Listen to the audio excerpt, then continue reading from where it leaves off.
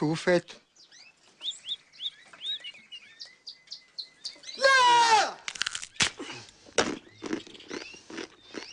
Ce qui est embêtant dans les oiseaux, c'est les becs. But now we come to a period that I call the battle for identity.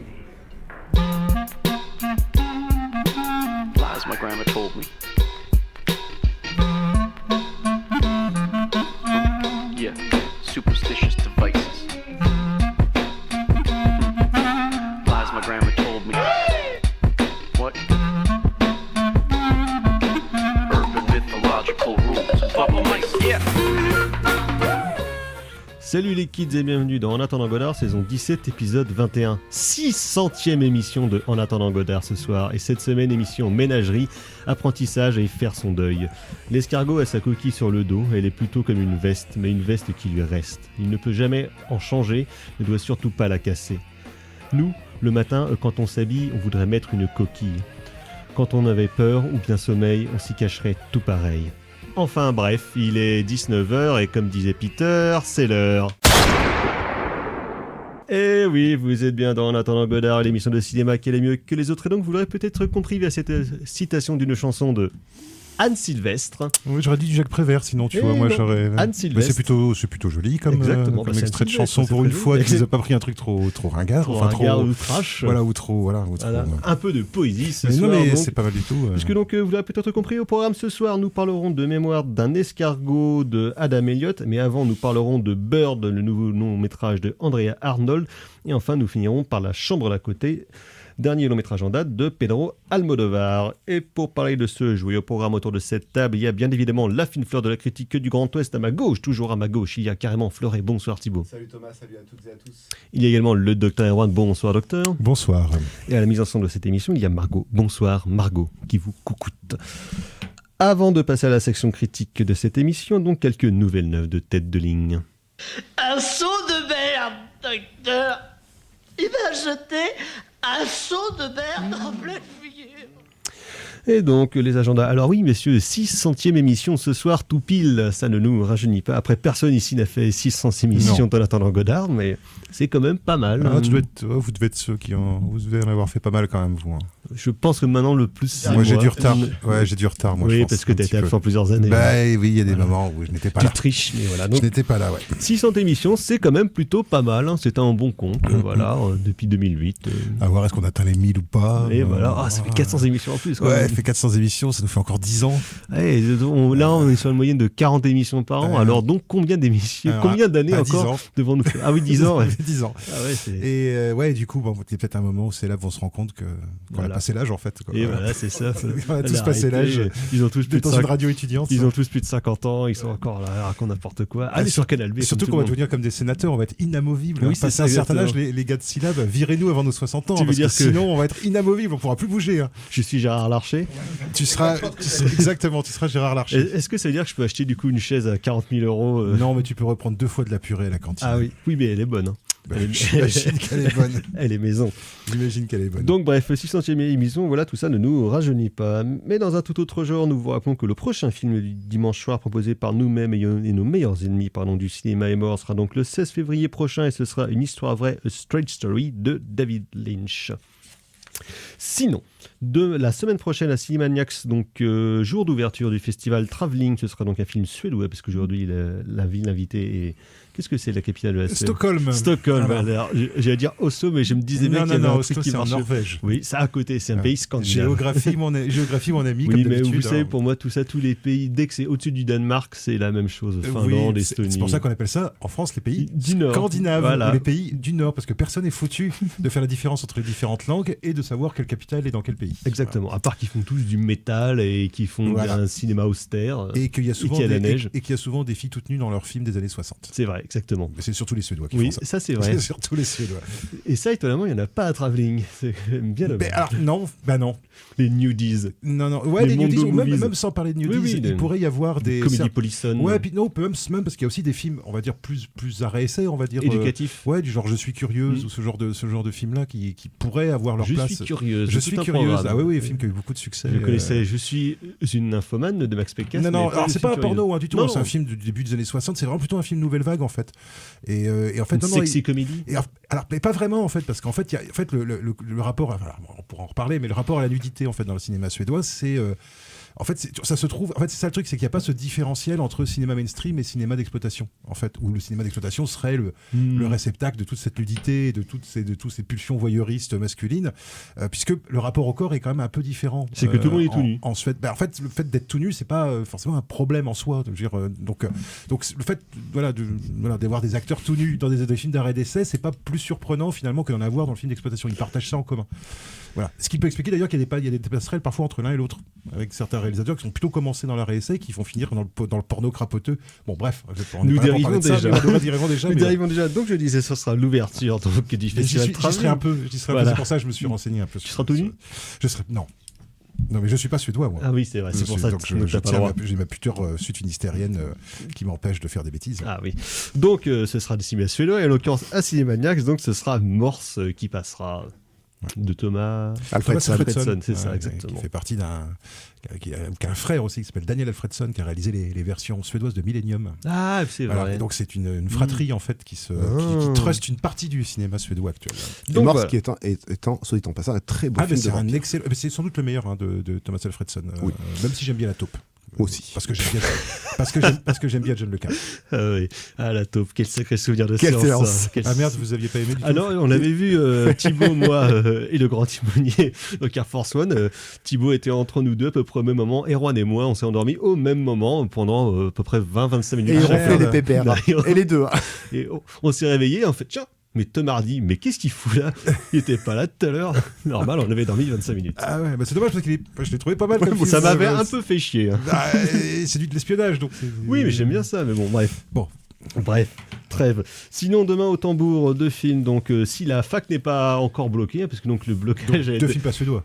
Voilà, exactement, 2 films pas suédois du tout. D'accord. Parce que donc l'université Rennes 2 où nous sommes a été bloqué cet après-midi. Par des gauchistes. On m'a prévenu tout à l'heure, peut-être qu'ils vont débouler pour genre fermer la radio. On sait jamais, peut-être qu'on aura une intervention en direct. Nous protesterons au nom de la liberté d'expression. Exactement. Voilà. Et nous rejoindrons ainsi Jordan. On s'enfermera dans le studio. Et nous rejoindrons ainsi Cyril Hanouna, Jordan Bardella et Pascal Praud dans le rang des grands censurés. Exactement, ouais, mais eux au moins ils sont bien payés.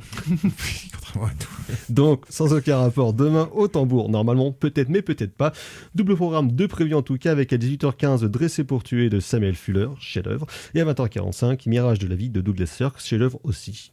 Mais peut-être que vous ne pourrez pas les voir, peut-être que ce sera postponé, repoussé. Sinon, ce mercredi à l'Arvor, si vous ne pouvez pas aller au tambour, à 19h45, vous pourrez aller voir ou revoir Invasion Los Angeles, They Live de John Carpenter, un film qui n'est pas tout mal. Ce jeudi au TNB, nouvelle séance de cinéma expérimental proposée par Eric Touvenel et Marie-Pierre Burquier, avec toute une sélection autour donc du western et cinéma expérimental, de voir un petit peu ce que... Eric Touvenel qui, si mes souvenirs, si j'ai bien compris, est de retour exactement, dans nos parages, qui revient. Et que donc, à qui nous souhaitons une bienvenue again. Exactement, voilà. Le retour. Exactement. Sinon, le 2 février, donc ce dimanche à l'Arvor à 17h30, vous pourrez voir la version restaurée de La Maison et le Monde de Satyajit Ray. Ça a l'air bien. Ouais, ça a l'air bien. Je pourrais malheureusement pas y être parce que moi je suis sur un autre film. Pendant Travelling. Non, pas pendant Travelling. Je suis sur une autre présentation de film, donc malheureusement, mais je regrette fort. Vous n'arrêtez jamais. Mais je regrette fort parce que là, j'aurais bien aimé voir ça ouais, au cinéma. Ça a l'air flamboyant. Ça a l'air très très bien. Ouais. Ça a l'air très très bien. De toute façon, autant aller donc voir ces différentes séances parce qu'il y a quand même pas grand chose qui sort demain dans les salles. Il y a un ours dans le Jura. Au niveau national. Il est sorti il y a un mois. Ah bon, t'as vu ça? Mais évidemment, j'ai vu le premier week-end. Et alors, c'est de la merde? Non, c'est pas étonnamment pas si mal. La première partie se tient vraiment bien, ça fonctionne sur les ressorts de comédie qui sont plutôt cool. La deuxième partie, quand ça part strictement sur un truc polar, c'est clairement beaucoup moins bien tenu et écrit un peu par-dessus la jambe, c'est un peu dommage, mais il y a de très bonnes choses dedans. Okay, très bon cast. Non, c'est pas trop vu. Ça joue pas sur les ressorts de vulgarité et compagnie, c'est plutôt pas mal. Pas de quoi s'enlever la nuit, mais pas mal. Ok. Donc, sinon, sortie nationale demain, eh bien, on parlait de Pantalonnade. Il y a le nouveau film de Robert Guédiguian, La Pivoleuse. Voilà. Donc, encore probablement sur les gens à Marseille qu'on ne vit pas facile. Des gens qui ont l'accent qui chantent. Des larcins, mais voilà, heureusement que la misère est moins pénible au soleil, comme disait Charles Aznavour. Mais bref, on n'ira pas vérifier parce que Guédiguian, ça fait chier quand même. Sinon, il y a un film qui s'appelle Sing Sing, qui n'est pas du tout une comédie musicale, mais sur la prison américaine de Sing Sing. C'est ce que j'allais dire. Voilà. C'est soit l'un, soit l'autre. Exactement. Ça a l'air un peu moins chantant que La La Land, par exemple. Je ne sais pas, mais... Voilà. Alors que Chéri Chéri est bien une comédie musicale et pas du tout un film sur la fabrication des bons chéris. Oui, c'est vrai. Ce qui serait pas forcément intéressant, mais pas particulièrement palpitant. Moi, j'ai vu un film qui était une adaptation du Cluedo, alors tu sais. Ah oui, c'est vrai, oui. Murder Party, non? Ouais. Ouais. Il y avait plusieurs comme ça, des sous-Cluedo. Bref. Sinon, il y a un nouveau film de la meilleure copine de Thibaut, Claire Simon, avec Comprendre, un film sur les maternelles, l'école, un peu son... Elle fait son Nicolas Philibert. Voilà. Et sinon, nous en parlerons peut-être la semaine prochaine. Donc, c'est le nouveau film de Vous ne le voyez pas, mais Thibaut fait une mine circonspecte. Une moue circonspecte. Donc, le nouveau film de James Mangold avec Timothée Chalamet, avec donc A Complete Unknown, biopic sur la période déjà la plus retraitée et rebattue de la carrière. Sur une période pas très inconnue, en fait. Ouais, pas du tout inconnue, de Robert Zimmerman, a.k.a. Bob Dylan. Voilà, on est curieux par complétisme dylanien, mais... James Mangold aussi. Voilà, et d'autant que... Bob Dylan n'est mort rien de plus que réécrire lui-même constamment sa légende, apparemment mis sa main au script pour dire mais non, ça s'est pas du tout passé comme ça, enfin jamais je n'ai dit ça, et pour encore réécrire son histoire. Je crois que c'est pas mal sur sa relation avec Joan Baez. Avec Joan Baez, avec sa première femme aussi, son arrivée à New York, la bohème, le passage à l'électrique, donc les trucs les plus vraiment rebattus et reconnus, et probablement une des périodes, en tout cas ses tout débuts, intéressantes, mais parmi les moins intéressantes de toute sa carrière, parce qu'après il a fait... Mais bref, on en reparlera la semaine prochaine, et nous vous invitons bien évidemment aussi à réécouter l'émission consacrée à Bob Dylan que nous avions faite il y a 4 ou 5 ans à l'occasion de la sortie du faux documentaire de Martin Scorsese sur la Rolling Thunder Review. Voilà, on va s'arrêter là, on va passer à la section critique de cette émission pour se diriger vers une ferme aux animaux et quelque chose de trop réel.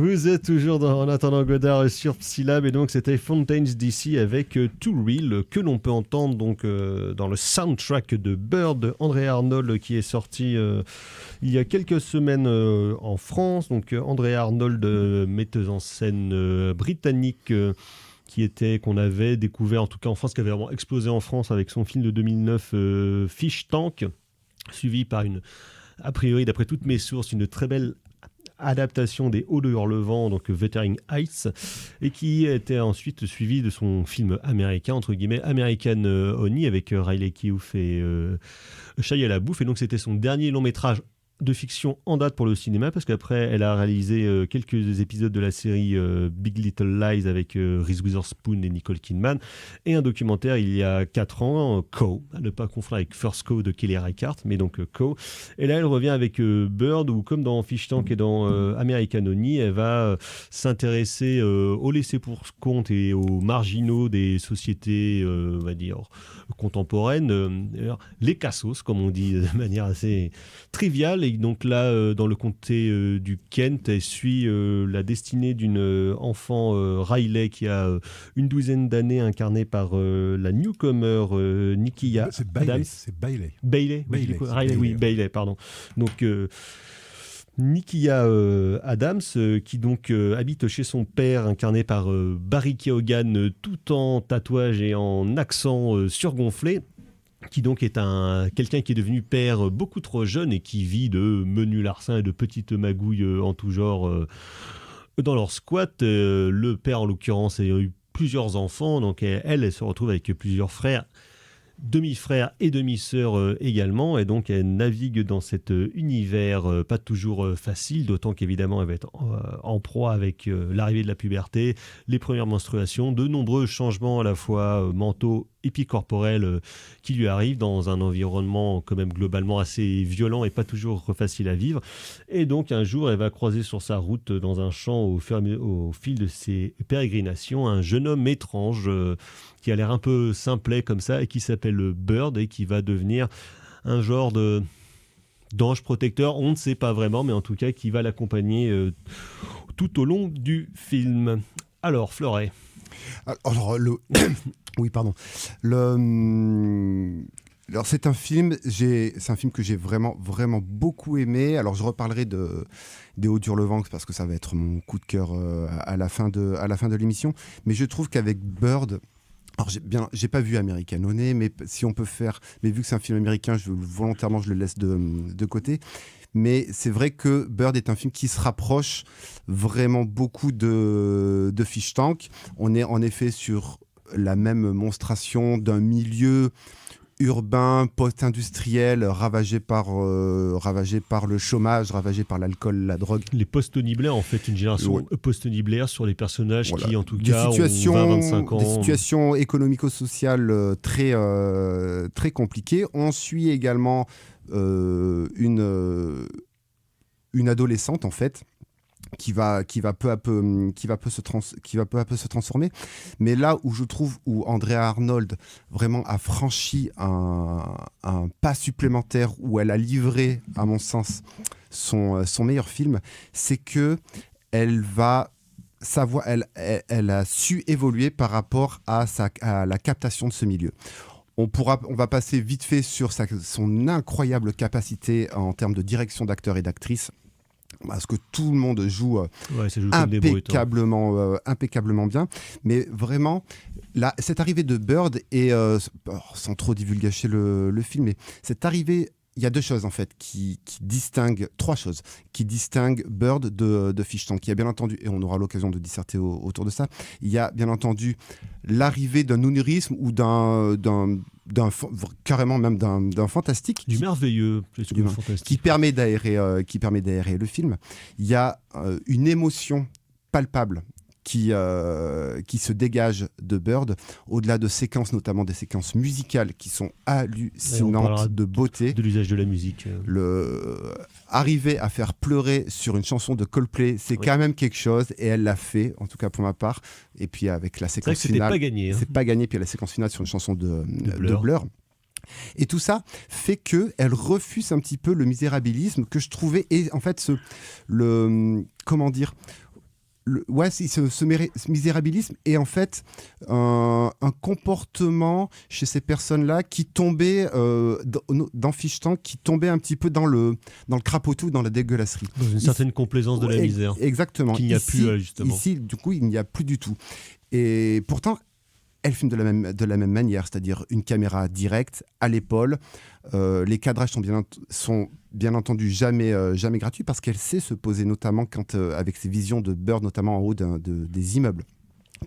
Cette gestion du téléphone, de la captation par téléphone portable, où voilà, elle essaye d'aérer, elle filme le ciel, elle filme le haut des immeubles, et elle va pas rester un petit peu dans la gadoue, dans le marécage. Donc ça, je trouve que c'est tout à fait salvateur. Et de ci, de là, elle va proposer quelque chose sur j'ai un trou de mémoire, mais sur cette espèce de déterminisme familial qui peut exister un petit peu, mais tout ça de manière très élégante, de manière un petit peu indirecte, qui fait que voilà, je trouve qu'elle est avec Bird, elle est en tout cas au sommet de son art. Et puis de toute façon, qu'est-ce que tu pouvais faire sur un film qui commence une trottinette, Fontaine d'ici, et on y va, et tu sais que le film va aller à 100 à l'heure. Et moi je trouve que déjà rien que la séquence, elle nous emporte dans son énergie, elle nous emporte dans son flow, qui est absolument admirable. Le fait que ça, en fait, ça tombe pas dans le misérabilisme, parce qu'il y a quand même un truc très joyeux presque. C'est con, mais c'est un film positif. C'est un film qui est dur, mais c'est un film qui est positif, parce qu'il y a l'émotion, parce que il y a le fantastique, et parce qu'en fait... Et parce qu'il y a une porte ouverte. Et parce qu'il y a des portes ouvertes, et parce que voilà, elle va pas, en fait... Dans Fish Tank, je trouve qu'il y avait une séquence, notamment la séquence avec Michael Fassbinder quand il est complètement bourré et qu'il se passe quelque chose avec l'héroïne, une séquence que j'avais trouvée absolument détestable. Et ici, pas du tout. On va nous dire qu'on ne regrette pas les choses, on va nous dire que c'est difficile, mais l'amour est toujours ici. Et la séquence, la double séquence finale dans la gare, puis la séquence de cérémonie de mariage, fait que voilà, enfin le film... Comme Bird, en fait, le film peut décoller, les personnages peuvent décoller, et c'est en fait, je trouve que c'est tout à son honneur. Docteur. Ouais, bah moi je partage assez ce que tu viens de dire, hein, avec ce film qui est un peu un film, qui est un film entre deux eaux en fait, enfin qui est un film justement qui est intéressant parce qu'il est entre deux eaux, c'est-à-dire qu'il est à la fois entre deux genres.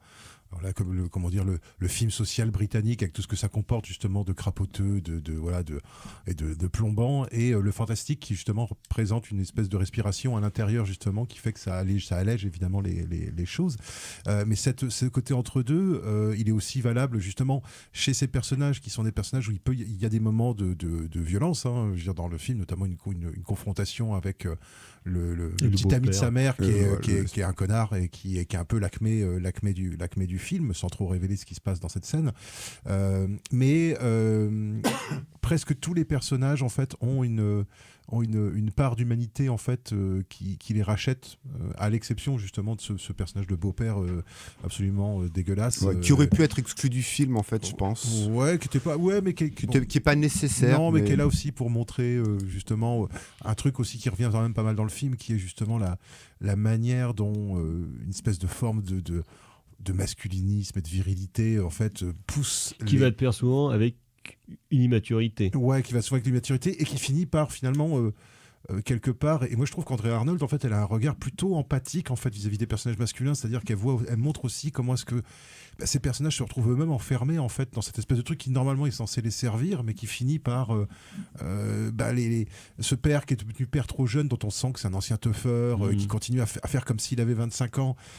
Il a 25 ans. Voilà, et alors qu'il est devenu père à 14. Voilà, qui est devenu père à 14, enfin voilà, qui continue à faire comme si, voilà, et qui n'arrive pas à renoncer en fait, cette mère qui elle non plus n'arrive pas à renoncer à sa vie sexuelle alors qu'elle a déjà 3 gamines, enfin, et des gens qui au bout d'un moment deviennent vachement, enfin moi je trouve deviennent super attachants.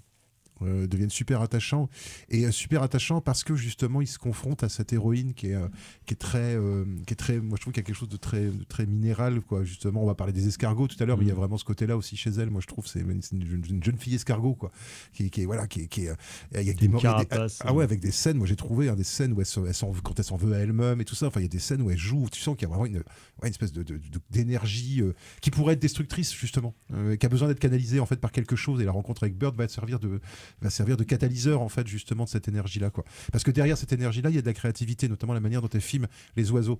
Exactement. La manière de dire, elle a un regard portable. on sent qu'il y a une future photographe ou une future réalisatrice justement derrière, parce qu'elle a un regard, elle a un œil en fait sur le monde qui l'entoure qui est déjà un œil poétique. Donc il y a aussi ce côté là, c'est que le regard en fait sur la société, c'est un regard poétique. Et puis il y a un dernier aspect moi que j'ai trouvé vraiment assez intéressant dans le film, qui est le fait que c'est aussi un entre-deux mondes au niveau visuel, au niveau du décor, c'est-à-dire que c'est la cité, mais pas loin en fait c'est la campagne.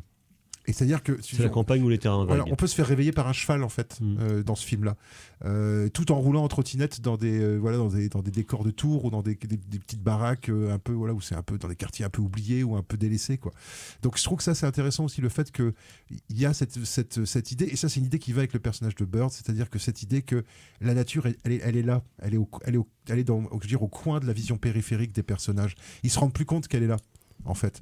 Ils se rendent plus compte qu'il y a tous ces oiseaux, et que ces oiseaux ils font sens en fait, et que ces oiseaux ils signifient quelque chose. Il y a un corbeau à un moment qui arrive, il y a une mouette, un corbeau, un renard, il y a un renard, enfin voilà, il y a un chien qui résurrecte miraculeusement, enfin il y a et en fait quand on est comme moi et qu'on aime bien les animaux, c'est un film qui est plutôt justement optimiste pour ça, parce que ça veut dire que justement derrière la petitesse humaine en fait il y a cette espèce de monde panthéiste en fait qui dans nos pays occidentaux se dissimule à nous, ou dans nos pays industrialisés se dissimule à nous, mais qui en fait est toujours là, et en fait on n'arrête pas de voir des brins d'herbe, des jardins, des abeilles, des mouches, ce monde-là existe, continue en fait, il n'est pas encore mort en fait, il n'est pas encore dévoré justement par l'urbanisme. Et ça j'ai trouvé que c'était un aspect assez intéressant justement d'être à mi-chemin entre deux trucs. Après voilà, moi j'ai un peu plus de réserve sur certains aspects de la mise en scène. Autant j'ai trouvé plus que le 16 mm gonflé 35, c'est plutôt, ça faisait longtemps que j'en avais pas vu, donc c'était plutôt agréable de voir cette image très contrastée, même si je sais pas si c'est du vrai 16-35. Je sais pas non plus. J'ai l'impression à certains moments que ça l'est, mais maintenant on peut faire semblant, donc voilà, ça veut rien dire. Mais voilà, c'était rigolo, comme même si c'était pas forcément ultra nécessaire, mais c'était quand même, c'était plutôt, ça donne un côté plutôt joli dans une belle image. Après voilà, il y a des petits moments un peu clipesques, moi que je suis un petit peu moins fan, même si je trouve que la musique est super. Et il y a Stephen Mods, avec un des deux qui joue dedans d'ailleurs à la fin. Et il y a parfois un côté, il y a un côté shaky cam à certains moments. Il faut s'habituer un peu. Ça fait longtemps que j'avais pas vu un film avec une caméra très remuante. C'est le côté réalisme social, donc caméra très mouvante, donc, un point pas toujours. Et vraiment caméra à l'épaule, quoi, pas caméra au steadicam, quoi. Non.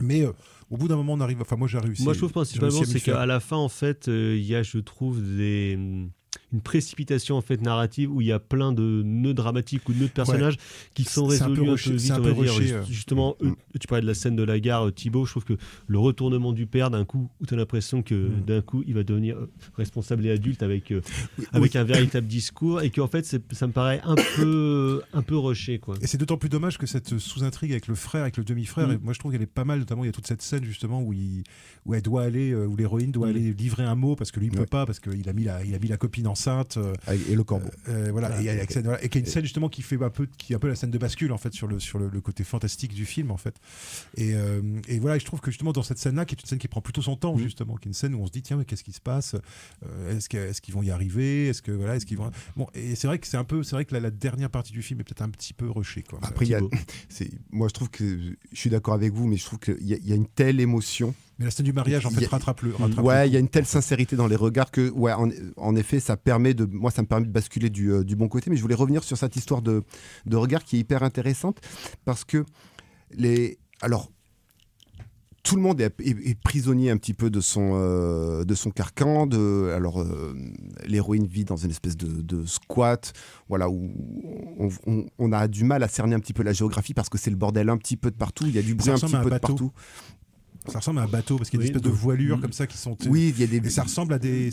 Les draps qui volent, le vent qui s'engouffre, tout ça. Tout le truc. T'as la mère qui vit dans sa baraque, mais la baraque est plutôt très sombre. Elle est exiguë. Elle a des crevards dans le salon. Voilà. Ouais, tu te demandes ce qui se passe. Et en effet, la question du regard de l'héroïne est hyper intéressante, et ça permet du coup ce que je disais sur l'aération, parce que en effet, tu sens une photographe ou une cinéaste, parce que ce qui est intéressant et pour aller un petit peu plus loin, tu sens qu'Andrea Arnold en fait ne prend pas ses personnages pour des cons, notamment son héroïne, parce qu'en fait elle filme, mais après ce qu'elle fait aussi, c'est qu'elle va se projeter les images qu'elle filme au mur de sa chambre avec une espèce de petit rétroprojecteur là, qui donne là voilà l'importance de la culture aussi pour s'en sortir. Donc il y a cette importance là on filme les choses pour s'aérer. On regarde par la fenêtre, l'héroïne est la seule à pouvoir regarder par la fenêtre correctement. Et puis il y a ce rapport à la musique qui est hyper intéressant. Alors je parlais de Fontaine DC en introduction, mais au-delà de la bande son, c'est en fait les scènes de groupe où quand les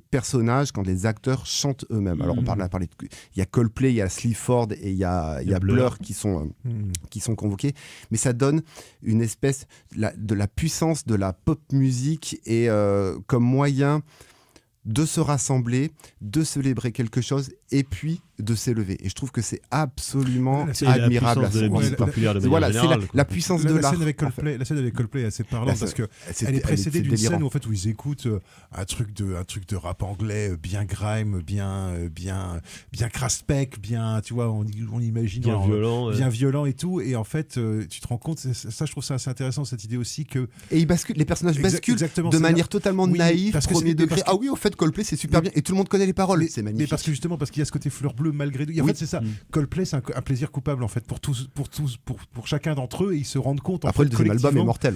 Voilà. Et ils se rendent compte collectivement. Alors moi, je suis pas du tout fan de Coldplay. Je ne peux pas te laisser dire des choses pareilles. Il est super bien. Rush of Blood. Je suis pas du tout fan de Coldplay. Moi, je trouve ça tout mou. Mais par contre, je trouve que la scène est belle parce que je trouve que la scène est belle parce que ça, comment dire, ça, il y a vraiment cette idée que justement la pop culture. Quand bien même on la renie quelque part pour justement se faire une identité marginale, faite de tatouages, de techno et de hip-hop, finalement, en fait, on les connaît tous ces morceaux comme nous, on connaît des tas de trucs de variété française, dont certains qu'on préférait oublier, on se dit on préférait les remplacer par autre chose, mais malgré tout, on les connaît, et de temps en temps, justement, les mariages, ce genre de moments où c'est à la fois un peu beauf. On fait tourner les serviettes. Alors je parle peut-être pas de ça. Non, mais, tu vois, je pense plutôt, tu vois, tu vois, des trucs, Dalida, Nougaro, tu vois. C'est cool, Dalida. Mais justement, des trucs où c'est un peu plaisir coupable parce que c'est pas ta musique Oui, de tu vois, cœur, de cœur, ouais, je suis différent des autres, c'est la musique que je me suis construit avec cette musique là, c'est une espèce de musique qui a toujours été là, et en fait tu te rends compte, et tout le monde se rend compte autour de toi, et tout le monde se rend compte en fait on partage tous cette musique là avec nous, qu'on le veuille ou non. C'est pour Et ça donc la chanson est assez c'est pour ça qu'Aaron chez lui, je le rappelle, n'a toujours pas un album de Beethoven, mais il a des disques de Michel Sardou. Voilà. Non, mais c'est hyper important. Et après, pour revenir un petit peu sur le fantastique, ce qui est hyper intéressant, c'est que le doute va être de mise tout le film, long ouais. du C'est film, un vrai film fantastique pour ça. jusqu'au plan final, ouais. qui est terrifiant de beauté, à mon sens, parce que tu dis, mais en fait, ce que je viens de voir, enfin, t'avais déjà un doute, tu te poses la question de machin, et là, le doute est encore plus permis. Enfin, elle se surélève par rapport à ça. Je trouve ça admirable. Il y a un côté mystère. En fait, il y a un côté. Il y a un côté quasi mystique. Ouais, puis presque pasolinien en fait, chez ce personnage qui arrive en fait, mais en moins. Oui, c'est pas théorème non plus. Voilà, quoi. non, c'est ça, en moins marxiste. C'est-à-dire en plus light. Et parce que c'est pas des bourgeois d'une part, et d'autre part parce qu'il force rien jamais. En fait, c'est pas quelqu'un qui vient s'installer chez les autres. Il cherche pas du tout on se dit pas à un seul moment il va profiter d'elle d'une quelconque façon. Il passe par là. Il passe par là, et il y a vraiment, et puis alors vraiment il suinte l'acteur, je sais pas comment il joue ça, mais il suinte l'altruisme quoi, ce personnage là. Et dès qu'on le voit, il a un côté excentrique qui fait qu'on se dit qu'est-ce que tu fais là toi, que je veux dire, et il y a vraiment l'acteur qui est une espèce de Joachim Phoenix, je disais incarné par Franz Rogowski. Voilà, qui est une sorte de Joachim Phoenix qui jouerait sans trop en faire des caisses.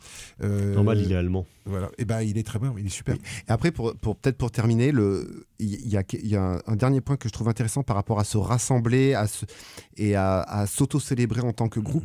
Ce qui est hyper bien vu, c'est le générique de fin également. Parce qu'en fait, tu fais Bird, un film réalisé par et t'as tout le monde à égalité. Par ordre alphabétique. Par ordre alphabétique, ce qui fait que tu sais pas qui a fait quoi. Tu sais pas qui a fait quoi, mais en fait tout le monde est là. Il y a cette notion de groupe et le clip qui final, est hyper intéressante. Et le clip final, c'est pas des acteurs du film, mais c'est à mon avis soit des gens qui ont été rencontrés sur le tournage, ou des figurants, des gens du quartier. Moi je me demande si les deux petites blondes, c'est pas les filles d'André Arnold. Ouais, ou et si les deux devant le garage, c'est pas des potes à elle.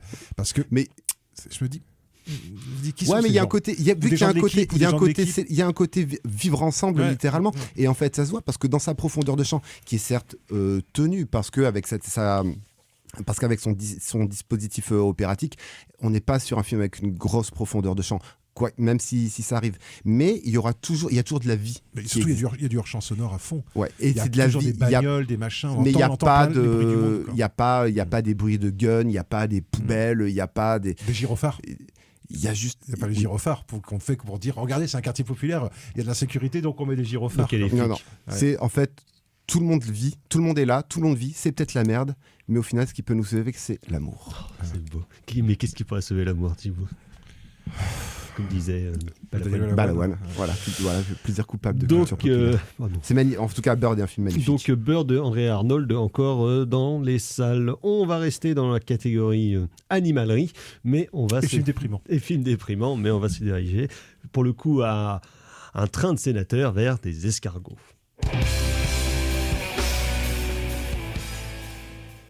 Quand on les touche,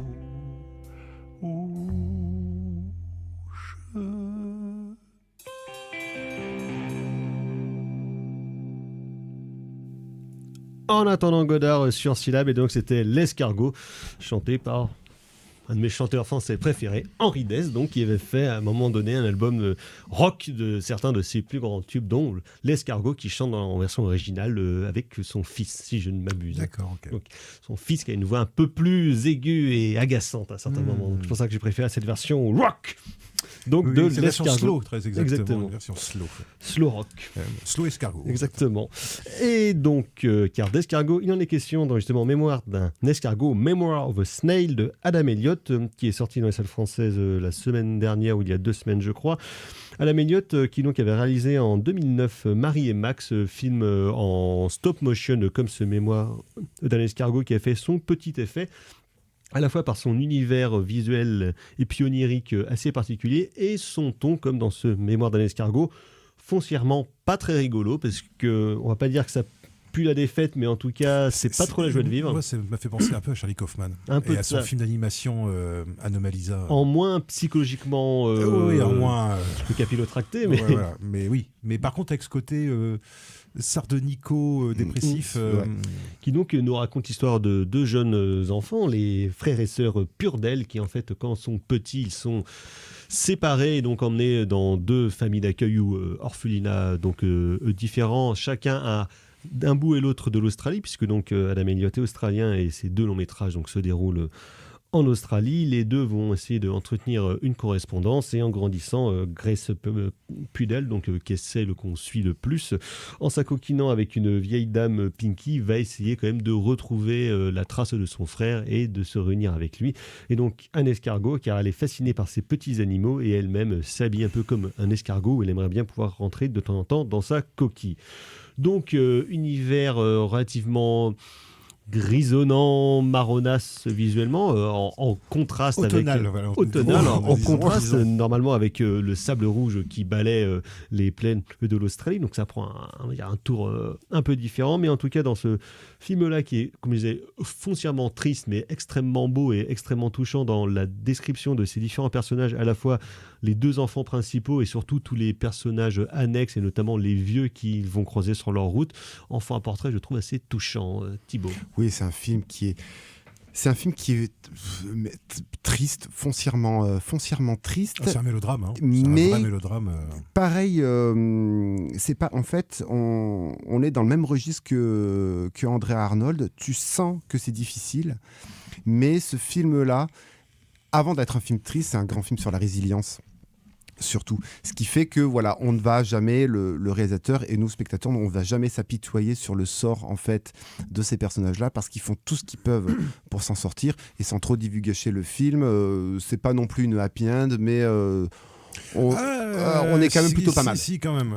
Donc heureusement d'ailleurs qu'il y a ça, mais c'est un déferlement en fait d'aventures ou de séquences de vie ou de moments de vie qui sont plus plombants les uns que les autres, et pourtant ils rament, ils continuent, et c'est ça qui est, je trouve hyper beau. La preuve que le film est quand même un peu plombant, c'est que même dans un second rôle, il y a Nick Cave qui est jamais là pour rigoler. Ouais. Hein.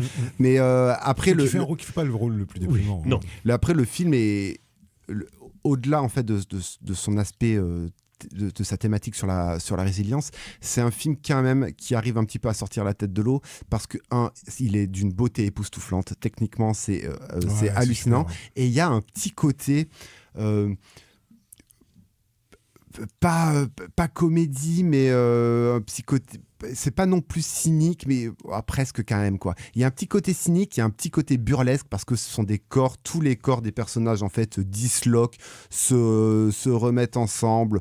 Enfin bref. Les deux morts des deux maris de Pinky qui sont particulièrement c'est stupides. délirant, mais il y a des histoires, voilà, il y a des un peu absurdes. Il y a un côté un petit peu absurde, un côté burlesque qui fait que voilà, t'arrives quand même à esquisser un ou deux sourires qui te permettent en fait de faire un petit peu passer la pilule. Notamment au-delà par le personnage de Pinky qui est quand même assez truculent, qui fait des doigts d'honneur au bus. Voilà, ça. mais ça c'est rigolo. Mais voilà, ça te permet un petit peu de faire passer la pilule, et puis après tu as le parcours de vie de ces jumeaux là qui fait que bon voilà, on va quand même arriver à s'en sortir. Après je trouve que le film, même s'il est visuellement époustouflant, ça reste un film muet. Enfin, c'est un film qui n'est. C'est pas un film muet, c'est un film non parlant. C'est un film épistolaire. Ouais. C'est-à-dire que la voix, c'est plutôt des gens qui lisent ce sont des gens qui écrivent des lettres. Exactement. Lisent des lettres, en fait. Il y a pas en fait, et du coup, je trouve que dialogue, en fait, sur 1h35 de film, il n'y a pas de dialogue. Je trouve que des fois, sur du coup le procédé narratif, est-ce que je le qualifierais de facile? Peut-être pas, parce que je suis pas derrière non plus la caméra, mais voilà, je trouve qu'il aurait peut-être pu varier un petit peu plus sa gestion sonore et la gestion des paroles et des mots qui sont prononcés, pour pouvoir encore un petit peu plus aérer le film. Mais ça reste, pour moi, j'avais pas vu son premier long métrage, mais ça reste pour moi une très très belle surprise. Après, il faut être vraiment prêt à se le regarder. Ne regardez pas ça avec vos enfants de moins de non, c'est pas pour les enfants du tout. De moins de 16 ans peut-être, mais ça reste, voilà, c'est vraiment de la belle ouvrage, c'est une belle œuvre. Puis c'est, voilà, comme je disais tout à l'heure, ça reste une œuvre positive. Donc on a aussi besoin de ça. Et c'est aussi également un grand film d'amour, ici un amour fraternel. Et ça fait du bien aussi. Docteur. Alors c'est vrai que moi, moi, j'ai plutôt apprécié le film, même s'il est effectivement pas très joyeux. Et alors c'est marrant parce qu'en fait, je regarde le film et je me disais, il y a plein de procédés narratifs. En fait, ça me faisait penser à quelque chose. Et puis, bon, c'était dans un coin de ma tête, puis je savais pas quoi. Et puis le film se termine. Et je regarde dans le générique et je regarde dans les remerciements de fin. Dans le générique, je vois que le père est interprété par Dominique Pinon. Et là, je commence à faire et je vois ensuite que dans les remerciements, il y a Jean-Pierre Jeunet. Et effectivement, c'est une version shoegaze de Amélie Poulain. C'est une version shoegaze d'Amélie Poulain. Prédominance de la voix off, des petites vignettes qui nous disent sur des histoires un peu absurdes qui sont arrivées au personnage avec juste un plan, deux plans qui nous résument voilà, qu'est-ce qui est arrivé au doigt de Pinky, etc. Et en fait, je pense qu'il y a vraiment c'est presque une variation en fait. Très Caro Jeunet. Ouais, et c'est presque une variation dépressive en fait de Amélie Poulain, parce que ce côté aussi surchargé finalement, à la fois dans le décor et dans cette couleur automnale, c'est vraiment une espèce de pas de côté en fait. Et j'ai trouvé ça assez intéressant parce que pour nous, Amélie Poulain, c'est le film un peu sucré en fait pour nous Français. Mais je pense qu'on sous-estime en fait ce que ce film-là peut représenter peut-être pour des étrangers. Et c'est pas la première fois moi que je vois un film c'est pour ça que qui est assez marqué en fait par la narration. Un énorme carton à l'étranger. Amélie from Montmartre. Exactement, parce que et aussi parce qu'il y avait quelque part, et ça on l'a un peu oublié, il y avait quand même quelque part cette espèce de ce sens justement de la vignette, alors qui peut aujourd'hui nous sembler vain en fait, et qui semblait déjà vain en fait, parce que c'était la même époque que la première gorgée de bière de Delerme et tout ça, c'est-à-dire cette espèce de truc un peu franco-français de truc de l'instantané en fait, voilà, de l'image, Polaroid. Voilà, du Polaroid émotionnel, et je trouve que là ça marche pas trop mal en fait. Moi j'étais assez surpris presque 30 ans, enfin 25 ans après, de voir repris des effets. Et en fait, quand j'ai vu Dominique Pinon au générique, je me suis dit, j'étais très content évidemment que ce Dominique Pinon soit au générique, parce que moi j'aime bien Dominique Pinon de manière générale. Voilà. Et j'ai rien contre Jean-Pierre Jeunet, même si c'est pas forcément, moi il m'a un peu perdu en cours de route, parce que je préférais quand c'était plus edgy. Moi je préférais quand c'était un peu plus anguleux, c'est-à-dire Délicatessen et La Cité des Enfants Perdus, qui pour moi sont d'excellents films, tous les deux, qui sont d'excellents films français. Et Amélie Poulain, je trouvais formait un basculement vers quelque chose de beaucoup plus commercial, que je trouvais quand même moins intéressant. Plus léger, sucré, comme tu disais, comme après il fait avec Big Mac, avec Charles Larigot et compagnie. Néanmoins, il y a justement cette espèce de procédé justement du truc un peu sucré, justement. Je trouve ça intéressant de le détourner pour le mettre plus amer. Pour le mettre dans une ambiance à la Nick Cave justement. Et ça, j'ai trouvé qu'il y avait une espèce de voilà. Et puis derrière ça, effectivement, il y a le fait que l'animation est super quoi. Enfin, moi, j'ai beaucoup aimé. Il y a plein de trucs que j'ai beaucoup aimé. Comment dire, l'histoire du doigt pété dans la cour de récré, la mort des deux maris de Pinky, sa Morel. Oui. Ça commence comme ça. Ça commence par une agonie qui n'en finit pas, suivie d'un dernier mot, potatoes, voilà, qu'il va falloir élucider. C'est son rosebud. C'est ça. Et moi, j'ai beaucoup aimé les petits escargots dans tout le film. Tous les escargots, Sylvia notamment, moi j'ai trouvé qu'ils sont super cool avec leurs petites antennes, avec leurs petits yeux, ils sont mignons comme tout. Ça vous plaît, ça, ils sont mignons comme tout. Mais moi, je suis assez faible dès qu'il y a des animaux, de toute façon. Après, ce qui est rigolo, c'est c'est-à-dire qu'un chien en pâte à modeler dans les clés de bagnole. Est-ce que ça te fait pleurer? Ça me fait pas pleurer, mais par contre j'aurais toujours de l'affection, une affection assez immédiate pour les. Mais comme Gromit dans Voilà c'est Gromit quoi. Après je trouve pour terminer ce côté burlesque, ce côté du corps disloqué, je trouve que ça fonctionne hyper bien avec la stop motion en fait. Il y a quelque chose d'adéquat, il y a quelque chose de très logique, qui fait que voilà, il y va à fond dedans, et je trouve qu'en fait c'est plutôt bien joué, parce qu'on a l'habitude du corps, le corps keatonien, le corps buster keatonien. Voilà, qui se disloque également, mais c'est un corps de cascadeur, c'est un corps de performance physique. Ouais. Ici, voilà, il y a le côté, comment dire, le côté fragile, le côté purement matériel. Voilà, je trouve que ça se marie bien, et c'est bien d'avoir voir du burlesque en stop motion. Voilà, je trouve que la combinaison fonctionne très bien. Moi, justement, une blague qui m'a fait rire, c'est une des phrases de Pinky quand elle dit on se rend compte qu'on vieillit le jour où on essaye de remonter ses bas et qu'on se rend compte que c'est sa peau. Moi, ça m'a fait rigoler, moi, personnellement. Ça nous arrivera tous un jour. Et ça nous arrivera tous un jour. Le petit côté humour noir qui navigue dans le film. Donc, mémoire d'un escargot d'Adam Elliott, encore dans nos salles. On va rester dans l'actualité et on va attendre dans une chambre.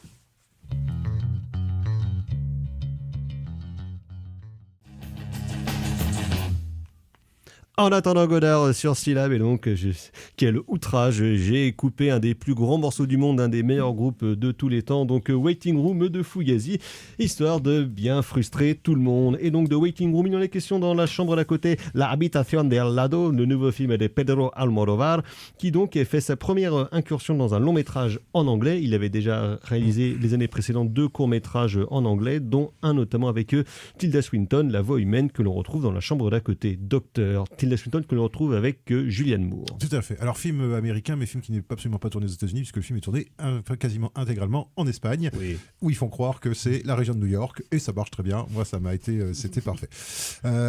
Donc. Alors film à la fois assez théâtral, puisque c'est pas vraiment un huis clos, mais c'est quand même il y a relativement peu de décors finalement, et qui nous raconte donc l'histoire de 2 amies qui se retrouvent un petit peu par hasard. Enfin, l'une retrouve l'autre parce qu'elle apprend que la deuxième, donc la première, Julianne Moore, apprend que la deuxième, Tilda Swinton, est atteinte d'un cancer et qu'elle est en train de vivre ces derniers mois. Et qui va bientôt calancher. Voilà, donc elle se retrouve en fait à l'hôpital et du coup Tilda Swinton lui fait une proposition qu'elle ne peut pas refuser véritablement, qui est qu'elle a décidé de... Elle a décidé le suicide thérapeutique et elle a décidé qu'elle veut que Julianne Moore l'accompagne dans une maison justement où elle décidera un jour de mourir sans le dire à Julianne Moore, et Julianne Moore donc doit dormir dans la chambre d'à côté parce qu'en fait elle veut pas mourir, elle veut pas être seule en fait, voilà. Elle veut pas forcément que Julianne Moore la voit mourir, mais elle veut pas être seule. Donc film qui une fois de plus pue la santé, sur un cinéaste qui a donc 75 ans et qui lui-même se pose des questions sur son potentiel destin. Donc film assez déprimant aussi, film assez autiste parce que tu sens que c'est un film qui est... Tu sens que là, pour moi, c'est vraiment pas du tout un Almodóvar qui cherche à plaire à qui que ce soit comme public, même si tu retrouves par contre visuellement complètement, notamment moi, un truc que j'aime beaucoup chez lui, c'est sa manière de filmer les couleurs, de mettre toujours une couleur vive quelque part dans un arrière-plan, genre une fleur, un truc, moi j'adore ça. Et il y a il y a notamment une scène, je peux pas trop dire ce qui se passe dans cette scène, mais il y a notamment une scène avec un plan sur une forêt que moi j'ai trouvé absolument formidable. Enfin, c'est très bien, moi j'ai trouvé ça très bien filmé. Après, c'est peut-être un peu rigide, parce que on sent que je pense qu'il faut vraiment bien aimer Almodóvar pour le suivre sur ce terrain-là, parce que d'une part on sent que c'est vraiment lui qui je pense que c'est très personnel comme film, c'est un film où il se pose la question de sa propre mort, de son rapport à la maladie, etc. C'est parfois un peu verbeux, un peu bergmanien en fait à certains moments, avec un côté un peu Persona en plus light, mais un côté un peu verbeux justement un peu bergmanien de ce point de vue là. Donc si vous aimez, alors très très citationnel aussi, très référentiel, beaucoup de citations de films, de musique, de choses. On sent qu'il y a une espèce de côté un peu bilan aussi, d'un point de vue sur le plan culturel, avec notamment pas mal de peintures qui sont apparemment des peintures, j'ai regardé en générique, qui sont des peintures qui appartiennent en fait à Almodóvar, qui sont des choses qu'il a achetées en fait, quelque chose qui lui appartiennent à sa collection personnelle.